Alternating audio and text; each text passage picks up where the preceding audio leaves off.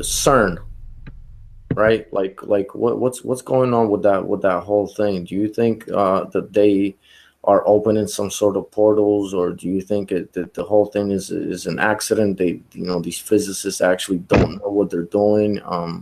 With everything that's going on, like the facility CERN and the particle collider and things like that. There's been some weird shit going on, man. Yeah, I totally think it's portal, and I think it's even in the Book of Revelations, because CERN was built on, from what I've read, it was built on an ancient site of the worship of what's his name in Greek? It's Abaddon in Hebrew, right? But in Greek, it's name. Yeah, I can't remember now. I'm gonna brain thing.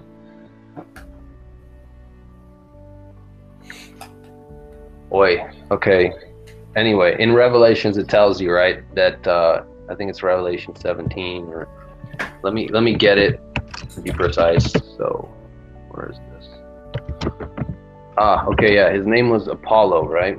Or Apollyon, the god Apollyon. And there's this article from RT.com, and it's talking about CERN, and I'm looking at it, right? And it's called 10 Mind-Blowing Facts About the CERN Large Collider You Need to Know. And Okay. number 5 is CERN's curious choice of geographic location. And it says, now on top of all the speculation as to what CERN scientists are really attempting to do with their LHC, many observers could not help but notice that the town in France where CERN is partially situated is called Saint-Genou-Poily. The name Poily comes from the Latin Apolliacum. It is believed that in Roman times a temple existed in honor of Apollo, and the people who lived there believed that it is a gateway to the underworld. It is interesting to note that CERN is built on the same spot. Religious leaders, always suspicious of the aims of the scientific world, drew a connection to a verse straight out of Revelation 9, 1 and 2 and 11, which makes reference to the name Apollyon. The verse states, "To him was given the key of the bottomless pit, and he opened the bottomless pit, and they had a kind over them, which is the angel of the bottomless pit, whose name in Hebrew is Abaddon, but in Greek is Apollyon or Apollo." So it was by no means that it was an accidental geographic spot where they decided to build this 60-mile or whatever particle collider. I wasn't aware of I don't this. believe that. Yeah, that's such a spiritually charged statement that I don't believe that, there isn't some connection here. Well, when you look at the occult, which is, okay, when I say the occult, I'm talking about the teachings of the Kabbalah that are the thread within Masonry and all the secret societies that elite people are belonging to. They all talk about the golden age, the age of Aquarius, I think the Aeon of Horus or something like that. And they all talk about how they want to resurrect it. And there's this plan, and there's this great plan to resurrect the age of Horus. And even in one case, they give details and they say, we're basically trying to restore the state of the earth as it was before the flood, when the gods were among men openly. And everyone knew what they were. There was, it's not like today where people, they don't believe in anything spiritual. They see a statue of like, a Greek god or a Mayan deity, and they go, oh, that's just a silly superstition. They're just worshiping some stupid statue because they're a bunch of primitive savages, right? That's kind of how people think today. But in the past, everyone knew, and even those people worshiping those things, they knew that this is a real thing and it exists and it's really powerful and it's probably ruling our society, and they're saying in these occult texts, which I can reference one right now, just give me one moment, that they want to restore this age, and I believe that they're opening up this bottomless pit, as it says in Revelations, to unleash things from the hell, basically, right? Like it has this demon over them, called Apollo, which Apollo is one of the gods in Greek mythology. Right. Right. It's Osiris, basically, right? Am I I'm not sure. in the Egyptian tradition? Anyway, yeah, but go on. So yeah, let me just get that reference that I was talking about real quick. Okay, you familiar with I think, yeah, Alice Bailey? Yes, vaguely, but yes. Yeah, so she had that whole book called The Externalization of the Hierarchy, and it's not just her. Like there's other authors that talk about this concept, right? And I'll read it. It says Alice Bailey believed for the first time. Okay, this is from a book called False Dawn by Lee Penn, page 261, 262, but it's going to quote her. It says, Alice Bailey believed for the first time mankind is intelligently participating and cooperating in the entire evolutionary process. Therefore, the spiritual hierarchy can, in other words, the gods, right, or quote unquote, can bring to an end the long silence which has persisted since the Atlantean days, in other words, the days before the flood, and renew an ancient sharing of the secrets. Thus, in the immediate future, the masters will walk openly among men. This return to the situation which existed in Atlantean days, when members of the spiritual hierarchy were openly guiding and directing the affairs of humanity. This carries with it certain dangers, as Bailey herself said, end quote. I think that has a lot to do with it. And even Christ said, as it was in the days of Noah, so shall it be in the coming of the Son of Man. So he's saying, as it was before the flood, it's going to get that way before the end comes, before I arrive to judge the earth, right? You see what I'm saying? I mean, I think there's just, there's all kinds of things that are going to start happening now with and I think there's more than just CERN. I think there's other ones. That's just one of the bigger ones, those colliders. I'm not Right. sure. I heard like I even heard some things that they're like almost like, maybe this is just gonna sound crazy, like 30,000 of these colliders all around the world, and even in the States, in Texas, and like they're literally all the way around. They're all around the world. Have you heard? I mean, did you see the crazy ass ceremony that they have for the tunnel, man? What do you make of that? What do you make of that? That's just I fucking mean, looked insane, yeah. man. Looked like I had fucking goosebumps, and like I couldn't sleep for like 2 nights, man. Wow. Yeah. I mean, it was pretty weird for sure. I mean, they're putting out symbolism, right? So that's how they talk. They talk in symbols. But Right? are they basically like finally like fucking look, motherfuckers, like in your face? Are they getting more confident and like you know what I mean? Oh yeah.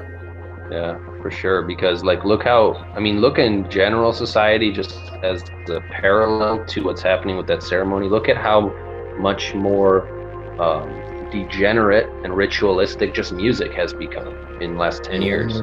I mean, I've seen videos. I don't watch music videos really, but I see people show me clips, and like there's one of this Kesha or whatever, and she's got like a heart, and she's squeezing blood out of his heart on stage.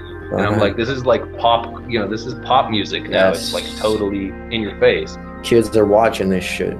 Like, so basically they're getting they must be getting confident for a reason. Yeah, because they're trying to move the whole culture into the program that's going to be in this new age of the gods coming back to Earth.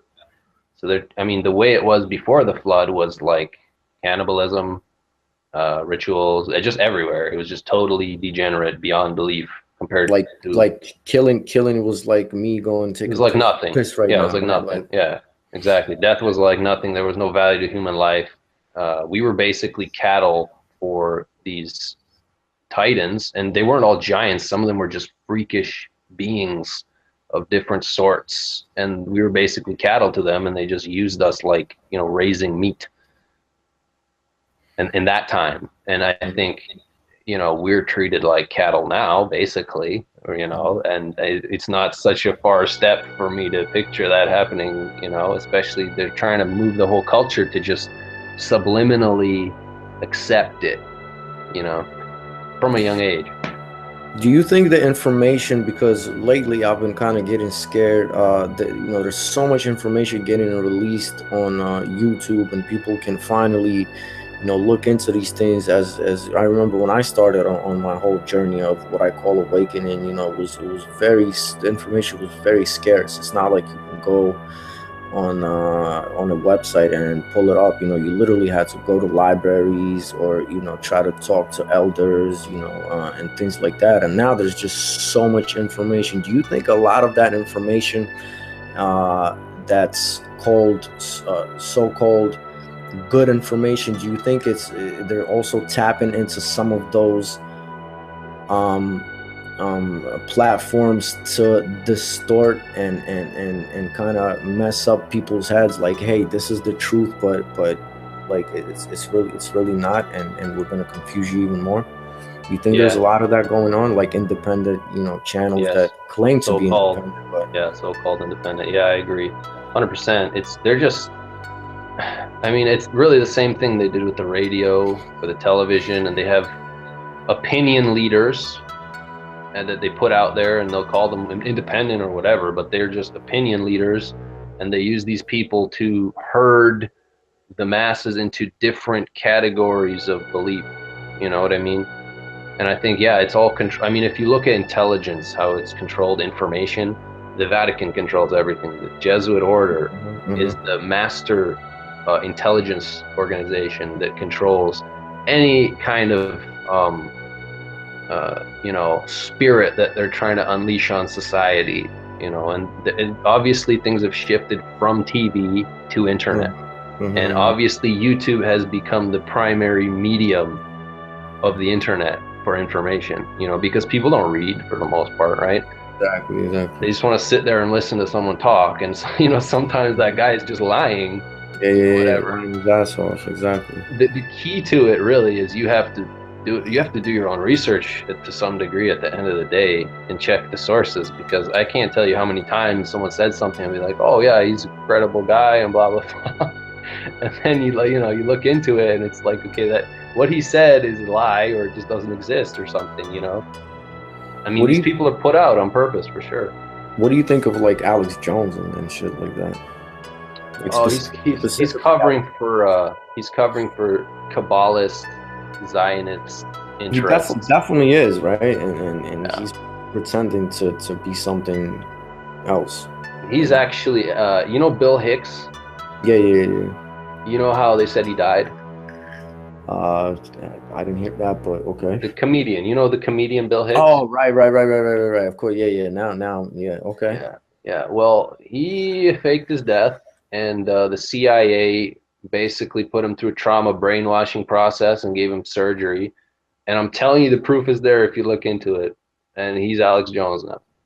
Get the fuck out of here. Oh, I'm not joking. They have this whole, you know how they tell you this celebrity died, that celebrity died. Okay, they sometimes just fake their death, change their identity, and they use them because they're good actors, right? And they use them in an influential position in so-called non-fiction, you know. So is the real Alex Jones dead? I don't know. As far as I know, from the beginning, it was Bill Hicks. If you even look at, they grew up in the same town. They worked for the same company. They had the same best friend. He has the same teeth. Holy shit. If you look at his mannerisms, like forensically, like, you know how we all have little mannerisms that we do that are just in our DNA. He has a lot of the same mannerisms, and it's just a slam dunk. There's this one guy, he did the forensic analysis, like with HD photos on Alex Jones's teeth. His name's Caliber Hitter on YouTube, and he did a good job. And he did it with Alex Jones and Bill Hicks, and they have the same teeth, and they have the same skull proportions, like anatomically, you know. And that doesn't happen unless you're the same person. It just doesn't happen. Get the fuck out of here. And he's not the only one. They have other people like this set up.